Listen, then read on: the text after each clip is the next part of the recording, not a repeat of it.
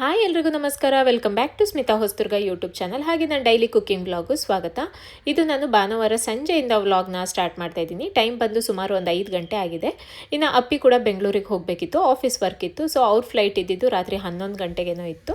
ಅದಕ್ಕೆ ಬೇಗ ಹೊರಡ್ತೀನಿ ಅಂದ್ಬಿಟ್ಟು ಅವರು ಕೂಡ ಲಗೇಜ್ ಪ್ಯಾಕ್ ಮಾಡ್ತಾಯಿದ್ರು. ಒಂದು 7:30-8 ಗಂಟೆಗೆಲ್ಲ ಮನೆ ಬಿಡ್ತೀನಿ ಅಂತ ಹೇಳ್ತಾಯಿದ್ರು. ಸೊ ನಾನು ಬೇಗ ಅಡುಗೆ ಮಾಡ್ಕೊಂಡು ಬಿಡೋಣ, ಊಟ ಮಾಡಿ ಹೋಗ್ಬೇಕಲ್ಲ ಅವರು, ಅದಕ್ಕೆ ಬೇಗ ಅಡುಗೆ ಮಾಡಿಬಿಡೋಣ ಅಂತ ಕಿಚನಿಗೆ ಬಂದೆ.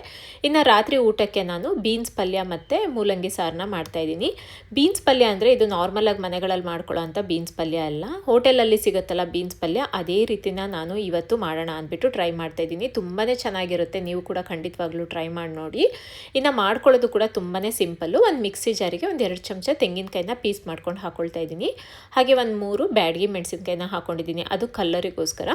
ಇನ್ನು ಖಾರಕ್ಕೆ ಒಂದು 5-6 ಗುಂಟೂರು ಮೆಣಸಿನ್ಕಾಯಿನ ಹಾಕ್ಕೊಳ್ತಾ ಇದ್ದೀನಿ. ನಿಮಗೆ ಖಾರ ಎಷ್ಟು ಬೇಕೋ ನೋಡಿಬಿಟ್ಟು ನೀವು ಮೆಣಸಿನ್ಕಾಯಿನ ಸೇರಿಸ್ಕೊಳ್ಳಿ. ನಾನು ಮತ್ತೆ ಇಲ್ಲಿ ಹಸಿ ಮೆಣಸಿನ್ಕಾಯಿ ಆಗಲಿ ಮತ್ತು ಖಾರದ ಪುಡಿ ಆಗಲಿ ಏನೂ ಹಾಕಲ್ಲ, ಖಾರಕ್ಕೆ ಇಷ್ಟೇ ಹಾಕ್ಕೊಳ್ಳೋದು. ಹಾಗೆ ಒಂದು 2 ತುಂಡು ಶುಂಠಿನ ಹಾಕ್ಕೊಳ್ತಾ ಇದ್ದೀನಿ, ಒಂದು 1/4 ಚಮಚ ಸಾಸಿವೆ, ಒಂದು 1/4 ಚಮಚ ಜೀರಿಗೆನ ಹಾಕ್ಕೊಳ್ತಾ ಇದ್ದೀನಿ, ಮತ್ತು ಸ್ವಲ್ಪ ಕರಿಬೇವಿನ ಎಲೆನ ಹಾಕ್ಕೊಳ್ತಾ ಇದ್ದೀನಿ, ಒಂದು ಚೂರು ಹುಣಸೆ ಹಣ್ಣನ್ನು ಹಾಕ್ಕೊಳ್ತಾ ಇದ್ದೀನಿ, ಮತ್ತು ಟೊಮೊಟೊ ಕೂಡ ಹಾಕಲ್ಲ ನಾನು ಹುಳಿಗೆ. ಸೊ ನೋಡಿಬಿಟ್ಟು ನಿಮಗೆ ಖಾರ ಹುಳಿ ಎಷ್ಟು ಬೇಕೋ ಇಲ್ಲೇ ಹಾಕ್ಕೊಳ್ಬೇಕು. ಇನ್ನು ಒಂದು ಅರ್ಧ ಚಮಚ ಬೆಲ್ಲನ ಹಾಕ್ಕೊಳ್ತಾ ಇದ್ದೀನಿ. ಬೆಲ್ಲ ಹಾಕಿದರೆ ಸ್ವೀಟ್ ಆಗಲ್ವಾ ಅಂತ ಅಂದರೆ ಇಲ್ಲ, ಯಾಕಂದರೆ ನಾವೇನು ತುಂಬ ಬೆಲ್ಲ ಹಾಕ್ಕೊಳ್ತಾ ಇಲ್ಲ, ಖಾರ ಮತ್ತು ಉಪ್ಪು ಹುಳಿ ಜೊತೆ ಎಲ್ಲ ಹೊಂದ್ಕೊಳ್ಳುತ್ತೆ, ಅದು ತುಂಬ ಚೆನ್ನಾಗಿರುತ್ತೆ ಟೇಸ್ಟು. ಇನ್ನು ಅಷ್ಟೆಲ್ಲ ಹಾಕಿ ನೀರನ್ನು ಹಾಕದೇ ಈ ರೀತಿ ತರಿಯಾಗಿ ರುಬ್ಕೊಳ್ಬೇಕು. ಆದಷ್ಟು ಈ ರೀತಿ ತರಿಯಾಗಿಯೇ ಇರಬೇಕು, ತಿನ್ನುವಾಗ ಬಾಯಿಗೆ ಸಿಗಬೇಕು, ನುಣ್ಣಗೆ ರುಬ್ಕೊಳ್ಬಾರ್ದು. ಇನ್ನು ಒಗ್ಗರಣೆ ಮಾಡ್ಕೊಳ್ಳೋಣ. ಒಂದು ಪ್ಯಾನಿಗೆ 1 ಚಮಚ ಎಣ್ಣೆನ ಹಾಕ್ಕೊಳ್ತಾ ಇದ್ದೀನಿ. ಎಣ್ಣೆ ಚೆನ್ನಾಗಿ ಕಾಯ್ದಿದ ನಂತರ ಒಂದು 1/4 ಚಮಚದಷ್ಟು ಸಾಸಿವೆನ ಹಾಕ್ಕೊಳ್ತಾ ಇದ್ದೀನಿ. ಸಾಸಿವೆ ಕೂಡ ಚಟಪಟ ಅಂತ ಸಿಡಿದ ಮೇಲೆ ಸ್ವಲ್ಪ ಕರಿಬೇವನ್ನ ಹಾಕ್ಕೊಳ್ತಾ ಇದ್ದೀನಿ. ಹಾಗೆ ಒಂದು ಮೀಡಿಯಮ್ ಸೈಜ್ ಈರುಳ್ಳಿನ ಕಟ್ ಮಾಡ್ಕೊಂಡು ಹಾಕೋತಾ ಇದ್ದೀನಿ. ಈರುಳ್ಳಿ ಲೈಟ್ ಗೋಲ್ಡನ್ ಬ್ರೌನ್ ಕಲರ್ ಆಗೋವರೆಗೂ ಫ್ರೈ ಮಾಡ್ಕೊಳ್ಳೋಣ. ನಾನಿಲ್ಲಿ ಪಾತ್ರೆಯಲ್ಲೇ ಬೀನ್ಸ್ ಪಲ್ಯನ ಮಾಡ್ಕೊಳ್ತಾ ಇದ್ದೀನಿ, ಯಾಕಂದರೆ ಚಿಕ್ಕದಾಗಿ ಹೆಚ್ಕೊಂಡಿದ್ದೀನಲ್ಲ, ಬೇಗನೆ ಬೆಂದೋಗುತ್ತೆ. ನಿಮಗೆ ಅಷ್ಟು ಟೈಮ್ ಇಲ್ಲ ಬೇಗ ಆಗಬೇಕು ಅಂದರೆ ಕುಕ್ಕರಿಗೆ ಹಾಕೋದಿದ್ರೆ 1 ವಿಸಲ್ ಕೂಗಿಸ್ಕೊಂಡು ಮುಂಚೆನೇ ಬೀನ್ಸ್ನ ಬೇಯಿಸಿಟ್ಕೊಂಡು ಆಮೇಲೆ ಈ ರೀತಿ ಒಗ್ಗರಣೆ ಕೂಡ ಮಾಡ್ಕೊಳ್ಬೋದು. ಇಲ್ಲಾಂದರೆ ಡೈರೆಕ್ಟಾಗಿ ಈ ರೀತಿಯೇ ಪಾತ್ರೆಯಲ್ಲೇ ಮಾಡ್ಕೊಳ್ಬೋದು. ಈಗ ಕಟ್ ಮಾಡಿರೋ ಬೀನ್ಸ್ನೆಲ್ಲ ಹಾಕ್ಕೊಂಡಿದ್ದೀನಿ. ಹಾಗೆ ರುಚಿಗೆ ಉಪ್ಪನ್ನ ಹಾಕಿ ಒಂದು 1/4 ಚಮಚ ಅರಿಶಿನ ಪುಡಿನ ಹಾಕಿ ಒಂದ್ಸರಿ ಎಲ್ಲದನ್ನು ಮಿಕ್ಸ್ ಮಾಡ್ಕೊಳ್ಳೋಣ. ಇದಕ್ಕೆ ಸ್ವಲ್ಪ ನೀರನ್ನು ಸಿಮ್ಮಿಸ್ತೀನಿ. ತುಂಬ ನೀರು ಹಾಕ್ಕೊಳ್ಳೋದು ಏನು ಬೇಡ, ಆ ಹಬೆಲೆ ಬೀನ್ಸ್ ಎಲ್ಲ ಬೇಗನೆ ಬೆಂದೋಗ್ಬಿಡುತ್ತೆ. ತಳ ಹಿಡಿಬಾರ್ದು ಅಂತ ಸ್ವಲ್ಪ ನೀರನ್ನು ಸಿಮ್ಮಿಸ್ತಾ ಇದ್ದೀನಿ. ಹಾಗೆ ಒಂದು ಪ್ಲೇಟ್ನ ಮುಚ್ಚಿ ಮೀಡಿಯಮ್ ಫ್ಲೇಮಲ್ಲೇ ಒಂದು 4-5 ನಿಮಿಷ ಬೇಯಿಸ್ಕೊಳ್ಬೇಕು. ಆ ಸ್ಟೀಮಲ್ಲೇ ಬೇಯುತ್ತೆ, ಅದರಲ್ಲೇ ನೀರು ಬಿಟ್ಕೊಂಡು ಬೇಯುತ್ತೆ. ಇನ್ನು 4-5 ನಿಮಿಷ ಆದ ನಂತರ ತೋರಿಸ್ತಾ ಇದ್ದೀನಿ ನೋಡಿ, ಇಲ್ಲಿ ಬೀನ್ಸ್ ಎಲ್ಲ ತುಂಬ ಚೆನ್ನಾಗಿ ಬೆಂದಿದೆ. ತುಂಬ ಮೆತ್ತಗೂ ಬೇಯಿಸ್ಕೊಳ್ಬಾರ್ದು ಬೀನ್ಸ್ನ, ಅದು ಬಾಯಿಗೆ ಸಿಗಬೇಕು ಬೀನ್ಸ್ ಎಲ್ಲ. ಸೊ ಅಷ್ಟು ಗಟ್ಟಿಯಾಗಿಯೇ ಬೇಯಿಸ್ಕೊಳ್ಬೇಕು, ತುಂಬ ಸಾಫ್ಟಾಗೆಲ್ಲ ಬೇಯಿಸ್ಕೋಬಾರ್ದು. ಇನ್ನು ಬೀನ್ಸ್ ಎಲ್ಲ ಬೆಂದಿದ ನಂತರ ರುಬ್ಬಿಟ್ಕೊಂಡಿದ್ವಲ್ಲ ಆ ಮಸಾಲ ಪೌಡರ್ನ ಹಾಕ್ಕೊಳ್ತಾ ಇದ್ದೀನಿ. ಈ ಮಸಾಲ ಪೌಡರ್ನ ಹಾಕಿದ ನಂತರ 1-2 ನಿಮಿಷ ಈ ರೀತಿ ಕೈ ಬಿಡದೇನೆ ತಿರುಗಿಸ್ತಾ ಇರಬೇಕು. ಯಾಕಂದರೆ ನಾವು ತೆಂಗಿನ ತುರಿ ಹಾಕಿರೋದ್ರಿಂದ ಮತ್ತು ನೀರಿನ ಅಂಶ ಕೂಡ ಇಲ್ಲದೆ ಇರೋದ್ರಿಂದ ತಳ ಹಿಡಿಯೋ ಚಾನ್ಸಸ್ ಇರುತ್ತೆ. ಸೊ ಈ ರೀತಿ ಮೀಡಿಯಮ್ ಫ್ಲೇಮಲ್ಲಿ ಇಟ್ಕೊಂಡು ಕೈ ಬಿಡದೇನೆ 1-2 ನಿಮಿಷ ಬಿಸಿ ಮಾಡ್ಕೊಳ್ಬೇಕು. ಆ ತೆಂಗಿನ ತುರಿದೆಲ್ಲ ಹಸಿ ವಾಸನೆ ಹೋಗಬೇಕು, ಅಲ್ಲಿವರೆಗೂ ಇದನ್ನು ಬಿಸಿ ಮಾಡ್ಕೋಬೇಕು. ನಂತರ ಲಾಸ್ಟಲ್ಲಿ ಸ್ವಲ್ಪ ಕಟ್ ಮಾಡ್ಕೊಂಡಿರೋ ಕೊತ್ತಂಬರಿ ಸೊಪ್ಪನ್ನು ಹಾಕ್ಕೊಂಡು ಮಿಕ್ಸ್ ಮಾಡಿಕೊಂಡ್ರೆ ಟೇಸ್ಟಿಯಾಗಿರೋ ಹಾಗೆ ಘಮ ಅಂತಿರೋ ಹೋಟೆಲ್ ಸ್ಟೈಲಲ್ಲಿ ಬೀನ್ಸ್ ಪಲ್ಯ ರೆಡಿ ಆಗುತ್ತೆ. ತುಂಬಾ ಸಿಂಪಲ್ ನೋಡಿ ಮಾಡ್ಕೊಳ್ಳೋದು, ಹೋಟೆಲ್ಗೆ ಹೋಗಿ ತಿನ್ನಬೇಕು ಅಂತ ಏನಿಲ್ಲ, ಮನೆಯಲ್ಲೇ ಸಿಂಪಲಾಗಿ ಮಾಡ್ಕೊಳ್ಬೋದು. ಇನ್ನು ಬೀನ್ಸ್ ಪಲ್ಯ ಮಾಡ್ಕೊಂಡಿದ್ದಾಗಿದೆ. ಇನ್ನು ಮೂಲಂಗಿ ಸಾರು ಮಾಡ್ಕೊಂಡು ಬಿಡೋಣ. ಒಂದು ಪಾತ್ರೆಗೆ 1 ಚಮಚ ಎಣ್ಣೆ ಹಾಕ್ಕೊಳ್ತಾ ಇದ್ದೀನಿ. ಎಣ್ಣೆ ಬಿಸಿ ಆದ ನಂತರ ಒಂದು ಅರ್ಧ ಚಮಚ ಸಾಸಿವೆನ ಹಾಕ್ಕೊಳ್ತಾ ಇದ್ದೀನಿ. ಹಾಗೆ ಒಂದು ಕಟ್ ಮಾಡಿರೋ ಈರುಳ್ಳಿ ಹಾಕ್ಕೊಳ್ತಾ ಇದ್ದೀನಿ.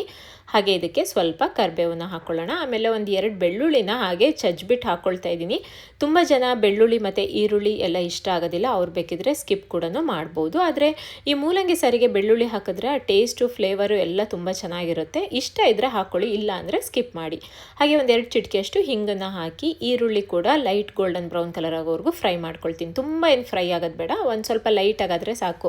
ಯಾಕಂದರೆ ಮೂಲಂಗಿ ಜೊತೆನೂ ಅದಿನ್ನೂ ಬಾಡಬೇಕಲ್ಲ, ಅದಕ್ಕೋಸ್ಕರ ಸ್ವಲ್ಪ ಒಂದು ಅರ್ಧ ಭಾಗದಷ್ಟು ಈರುಳ್ಳಿನ ಫ್ರೈ ಮಾಡ್ಕೊಳ್ಳೋಣ. ಈಗ ಕಟ್ ಮಾಡಿರೋ ಒಂದು ಅರ್ಧ ಕೆಜಿಯಷ್ಟು ಮೂಲಂಗಿನ ತೊಗೊಂಡಿದ್ದೀನಿ, ಮತ್ತು ರುಚಿಗೆ ಉಪ್ಪನ್ನ ತೊಗೊಂಡಿದ್ದೀನಿ.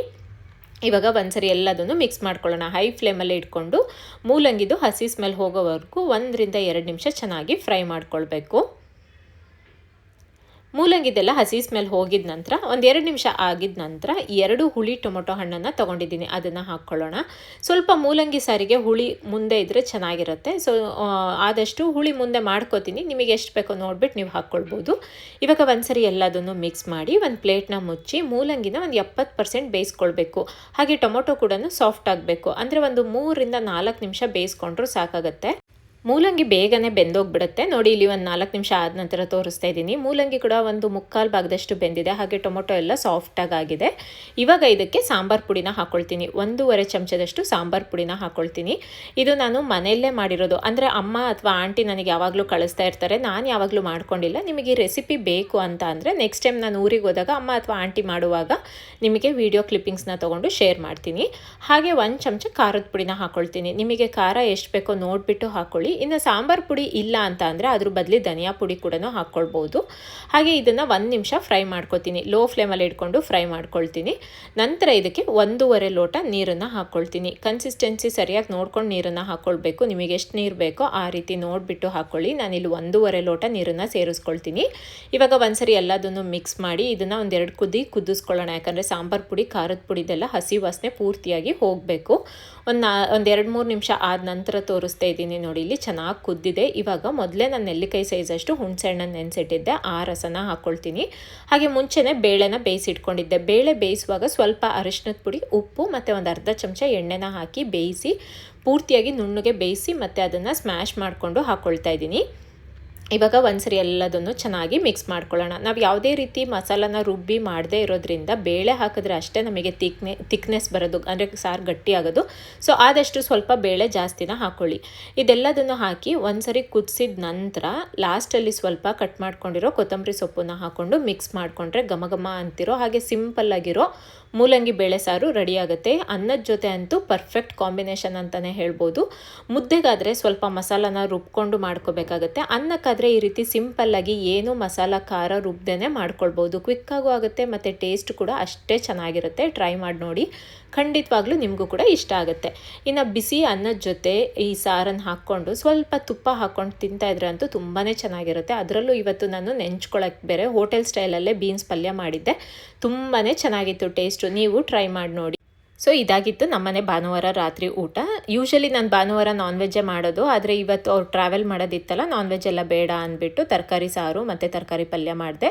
ಇನ್ನು ಟೈಮ್ ಬೇರೆ ಆಗಿತ್ತು, 8 ಗಂಟೆ ಆಗಿತ್ತು. ಅವರು ಕೂಡ ಊಟ ಮಾಡಿ ಹೊರಟರು. ಮನೆಯಿಂದ 1-1.5 ಗಂಟೆ ದೂರದಲ್ಲಿದೆ ಏರ್ಪೋರ್ಟು, ಮತ್ತು ಟ್ರಾಫಿಕ್ ಇರುತ್ತಲ್ಲ, ರೀಚ್ ಆಗೋದು ಸ್ವಲ್ಪ ಲೇಟ್ ಆಗುತ್ತೆ. ಅದಕ್ಕೆ ಅವರು ಕೂಡ ಬೇಗ ಬೇಗ ಊಟ ಮಾಡಿ ಹೊರಟರು. ನಂದು ಮನ್ವಿಕ್ತು ಇನ್ನೂ ಊಟ ಆಗಿರಲಿಲ್ಲ.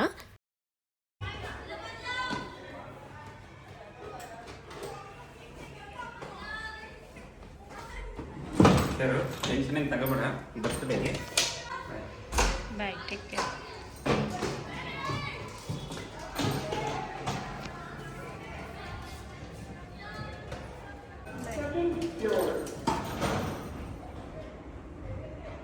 ಇನ್ನು ಅವರು ಹೊರಟ ಮೇಲೆ ಮನ್ವಿಕಿಗೂ ಊಟ ಹಾಕ್ಕೊಟ್ಟು ನಾನು ಊಟ ಮಾಡಿಕೊಂಡು ಇಬ್ಬರು ಮಲ್ಕೊಂಡ್ವಿ. ಇನ್ನು ನೆಕ್ಸ್ಟ್ ಡೇ ನಾನು ವ್ಲಾಗ್ನ ಕಂಟಿನ್ಯೂ ಮಾಡಿದ್ದು. ಬೆಳಗ್ಗೆ ಎಲ್ಲ ಕಂಟಿನ್ಯೂ ಮಾಡೋಕ್ಕಾಗಲಿಲ್ಲ, ಸ್ವಲ್ಪ ಮನೆಯೆಲ್ಲ ಕ್ಲೀನಿಂಗ್ ಇತ್ತು, ಹಾಗೆ ಸಂಜೆಯಿಂದ ವ್ಲಾಗ್ನ ಕಂಟಿನ್ಯೂ ಮಾಡ್ತಾಯಿದ್ದೀನಿ. ಇನ್ನು ಇದು ಮನ್ವಿಕ್ ಬರ್ತ್ಡೇ ದಿನದ ವ್ಲಾಗ್ ಆಗಿರುತ್ತೆ. ಸಂಜೆ ಹೊರಗಡೆ ಎಲ್ಲ ಊಟ ತರಿಸಿದ್ದೆ ಮಕ್ಕಳಿಗೆ, ಸೊ ಅದನ್ನೆಲ್ಲ ರೆಡಿ ಮಾಡಿ ಇಟ್ಕೊತಾ ಇದ್ದೀನಿ. ಒಬ್ಬಳೇ ಬೇರೆ ಇದ್ದೀನಲ್ಲ, ಮತ್ತು ಎಲ್ಲ ಬಂದ ಮೇಲೆ ಊಟಕ್ಕೆ ಬಡಿಸುವಾಗ ಇಟ್ಕೊಂಡ್ರೆ ಸರಿಯಾಗಲ್ಲ. ಈ ರೀತಿ ಮುಂಚೆನೇ ಜೋಡಿಸಿ ಇಟ್ಕೊಂಡ್ಬಿಟ್ರೆ ಬೇಗ ಬೇಗ ಸರ್ವ್ ಮಾಡ್ಬೋದು. ಒಬ್ಬಳೇ ಬೇರೆ ಇದ್ನಲ್ಲ ಅಂದ್ಬಿಟ್ಟು ಈ ರೀತಿ ಮುಂಚೆನೇ ಜೋಡಿಸಿ ಇಟ್ಕೋತಾ ಇದ್ದೆ.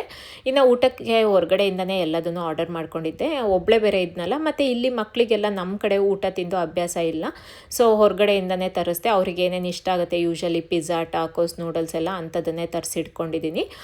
ಫಸ್ಟ್ ಟೈಮ್ ಈ ರೀತಿ ಅಪ್ಪಿ ಇಲ್ದಲೆ ನಾನು ಒಬ್ಬಳೇ ಅವ್ನ ಬರ್ತ್ಡೇನ ಸೆಲೆಬ್ರೇಟ್ ಮಾಡ್ತಾ ಇರೋದು. ಮುಂಚೆನೇ ಅಂದರೆ ಪೋಸ್ಟ್ಪೋನ್ ಮಾಡ್ಕೊಳ್ಳೋಣ ಅಂದ್ಕೊಂಡ್ವಿ, ಬಟ್ ನನ್ನ ಮಗ ಈಗ ಒಂದು 15-20 ದಿನದಿಂದನೇ ಫ್ರೆಂಡ್ಸಿಗೆಲ್ಲ ಹೇಳಿದ್ದ 16th ನನ್ನ ಬರ್ತ್ಡೇ ಅಂತ. ಇಲ್ಲ, ಅವತ್ತಿನ ದಿವಸನೇ ಮಾಡಬೇಕು ಅಂತ ಅಂದ. ಬಿಡು, ಹೊರಗಡೆಯಿಂದ ಊಟ ತರಿಸೋದಲ್ಲ ಅಂದ್ಬಿಟ್ಟು ನಾನು ಒಪ್ಕೊಂಡೆ.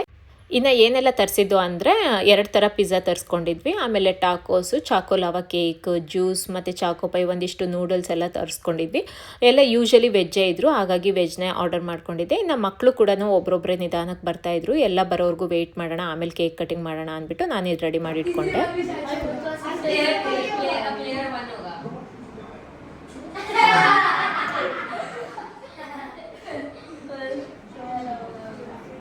ಇನ್ನು ಮಕ್ಕಳೆಲ್ಲರೂ ಬಂದಮೇಲೆ ಕೇಕ್ ಕಟ್ಟಿಂಗಿಗೆ ಜೋಡಿಸ್ಕೊತಾ ಇದ್ದೆ. ಆಲ್ರೆಡಿ ಟೈಮ್ ಬೇರೆ ಆಗಿತ್ತು. ಮತ್ತು ಇಲ್ಲಿ ಮಕ್ಕಳಿಗೆ ಬೆಳಗ್ಗೆ 6:30ಇಂದನೇ ಎಲ್ಲ ಸ್ಕೂಲ್ ಸ್ಟಾರ್ಟ್ ಆಗಿಬಿಡುತ್ತೆ. ನೆಕ್ಸ್ಟ್ ಡೇ ಸ್ಕೂಲ್ ಬೇರೆ ಇತ್ತಲ್ಲ, ಸೊ ಬೇಗ ಮುಗಿಸ್ಬೇಕಿತ್ತು. ಹಾಗಾಗಿ ಬೇಗ ಬೇಗ ಕೇಕ್ ಕಟ್ಟಿಂಗ್ ಎಲ್ಲ ಮಾಡ್ಕೊಂಡಿದ್ದು. ಇನ್ನು ಫುಟ್ಬಾಲ್ ಥೀಮಲ್ಲಿ ಕೇಕ್ ರೆಡಿ ಮಾಡಿಸಿದ್ದು.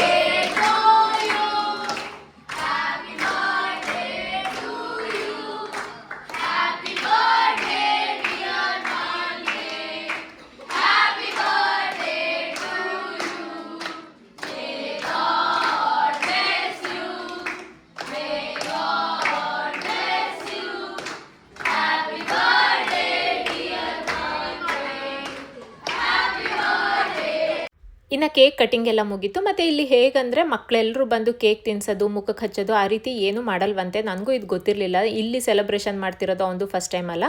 ಮನ್ವಿಗೆ ಹೇಳ್ತಾ ಇದ್ದ, ಹ್ಞೂ ಅಮ್ಮ ಎಲ್ಲರೂ ಬರ್ತಡೇಲೂ ಹಾಗೆ ಮಾಡ್ತಾರೆ, ಬರೀ ಪೇರೆಂಟ್ಸ್ ಅಷ್ಟೇ ತಿನ್ಸೋದು, ಮಕ್ಕಳೆಲ್ಲೂ ಫ್ರೆಂಡ್ಸ್ ಯಾರೂ ತಿನ್ಸೋದಿಲ್ಲ, ಎಲ್ಲ ಊಟದ ಜೊತೆನೇ ಕೊಡ್ತಾರೆ ಅಂತ. ನನಗೂ ಅದೊಂಥರ ಚೆನ್ನಾಗಿ ಅನ್ನಿಸ್ತು. ಸುಮ್ಮನೆ ಕೇಕ್ ಎಲ್ಲ ವೇಸ್ಟ್ ಮಾಡ್ತಾರೆ, ಎಲ್ಲ ಸ್ಕಿನ್ಗೆಲ್ಲ ಹಾಕ್ತಾರೆ, ಅದೆಲ್ಲ ಚೆನ್ನಾಗಿ ಅನ್ಸಲ್ವಲ್ಲ. ಸೊ ಖುಷಿ ಆಯಿತು ಅದೊಂದು ಮಕ್ಳದ್ದು ನನಗಿಲ್ಲಿ. ಇನ್ನು ಊಟ ಕೊಡೋಣ ಅಂದ್ಬಿಟ್ಟು ನಾನು ಕಿಚನಿಗೆ ಬಂದೆ. ನಾನು ಕಿಚನಿಗೆ ಬಂದ ತಕ್ಷಣ ಹೆಣ್ಮಕ್ಳೆಲ್ಲ ಎದ್ದು ಬಂದರು. ಆಂಟಿ ಏನಾದ್ರು ಹೆಲ್ಪ್ ಮಾಡಬೇಕಾ ಅಂತ. ನನಗೆ ತುಂಬಾ ಖುಷಿ ಆಯಿತು. ಪಾಪ ಅವರೇ ತೊಗೊಂಡು ಸರ್ವ್ ಎಲ್ಲ ಮಾಡ್ಕೋತಾ ಇದ್ರು. ಮತ್ತು ಇಲ್ಲಿ ಮಕ್ಕಳಿಗೆ ತುಂಬ ಚೆನ್ನಾಗಿ ಕಲ್ಚರ್ ಕಳಿಸಿದ್ದಾರೆ. ಅದಕ್ಕೆ ಹೇಳೋದಲ್ಲ, ಹೆಣ್ಮಕ್ಳು ಇದ್ರೇ ಚಂದ ಮನೇಲಿ ಅಂತ. ಇನ್ನು ಹೆಣ್ಮಕ್ಳು ಅಷ್ಟೇ ಅಲ್ಲ, ಗಂಡು ಮಕ್ಕಳು ಕೂಡ ಅಷ್ಟೇ ಎಷ್ಟು ಡೀಸೆಂಟಾಗಿ ಕೂತಿದ್ರು ಅಂದರೆ ಮನ್ವಿಕ್ದು ಲಾಸ್ಟ್ ಇಯರ್ ಬರ್ತ್ಡೇಲೆಲ್ಲ ಅವನಿನ್ನೂ ಸ್ವಲ್ಪ ಸಣ್ಣವನಿದ್ನಲ್ಲ, ಚಿಕ್ಕ ಮಕ್ಕಳೆಲ್ಲ ಗೊತ್ತಾಗ್ತಿರ್ಲಿಲ್ಲಲ್ಲ, ಸ್ವಲ್ಪ ತರಲೆ ಅದು ಇದು ಮಾಡ್ತಾಯಿದ್ರು. ನನಗೆ ಅದಕ್ಕೆ ಸ್ವಲ್ಪ ಟೆನ್ಷನ್ ಆಗಿತ್ತು. ಫಸ್ಟ್ ಟೈಮು ಅಪ್ಪಿ ಇಲ್ದಲೆ ನಾನು ಒಬ್ಬಳೇ ಇಷ್ಟು ಮಕ್ಕಳನ್ನ ಹ್ಯಾಂಡಲ್ ಮಾಡೋದು ಹೆಂಗೆ ಅಂತ. ಬಟ್ ತುಂಬ ಚೆನ್ನಾಗಿ ಡೀಸೆಂಟಾಗಿ ಮಕ್ಕಳಂತೂ ಕೂತ್ಕೊಂಡು ಆರಾಮಾಗಿ ಊಟ ಮಾಡಿಕೊಂಡ್ರು. ಏನೂ ತೊಂದರೆ ಕೊಡಲಿಲ್ಲ ನನಗೆ. ನಾನು ಒಬ್ಬಳೇ ಮಾಡ್ತಾಯಿದ್ದೀನಿ ಬರ್ತಡೇ ಅಂತಲೂ ಫೀಲ್ ಮಾಡಿಸ್ಲಿಲ್ಲ. ಅಷ್ಟು ಚೆನ್ನಾಗಿ ಆರಾಮಾಗಿದ್ದರು. ಇನ್ನು ಅವರಿಗೆಲ್ಲ ಊಟ ಕೊಟ್ಬಿಟ್ಟು ನಾನು ಕೂಡ ಊಟ ಮಾಡಿಕೊಂಡೆ. ಇನ್ನು ಇದೆಲ್ಲ ಹರಡಿತ್ತಲ್ಲ, ಅವರೆಲ್ಲ ಹೋದ್ಮೇಲೆ ಇದನ್ನೆಲ್ಲದನ್ನು ಕ್ಲೀನ್ ಮಾಡಿಟ್ಟೆ ಮಲ್ಕೊಂಡ್ಬಿಟ್ಟೆ. ಮತ್ತು ಬೆಳಗ್ಗೆ ಎದ್ದು ಸರಿ ಇರಲ್ಲ ನನಗೆ, ಕಿಚನ್ ಬೆಳಗ್ಗೆ ಎದ್ದ ತಕ್ಷಣ ಕ್ಲೀನಾಗಿರಬೇಕು. ಸೊ ಕ್ಲೀನ್ ಮಾಡಿ ನನ್ನ ಬರ್ತಡೇನ ಅವತ್ತಿನ ದಿನ ಮುಗಿಸ್ದೆ. ಈ ವಿಡಿಯೋನ ನಾನು ಇಲ್ಲಿಗೆ ಎಂಡ್ ಮಾಡ್ತಾ ಇದ್ದೀನಿ. ಈ ವಿಡಿಯೋ ಇಷ್ಟ ಆದರೆ ಲೈಕ್ ಮಾಡಿ, ಶೇರ್ ಮಾಡಿ, ಕಮೆಂಟ್ ಮಾಡಿ. ಹಾಗೆ ಯಾರೆಲ್ಲ ನನ್ನ ಚಾನಲ್ನ ಹೊಸದಾಗಿ ನೋಡ್ತಾ ಇದ್ದೀರೋ ಈಗಲೇ ಹೋಗಿ ಸಬ್ಸ್ಕ್ರೈಬ್ ಮಾಡ್ಕೊಳ್ಳಿ. And thank you for watching.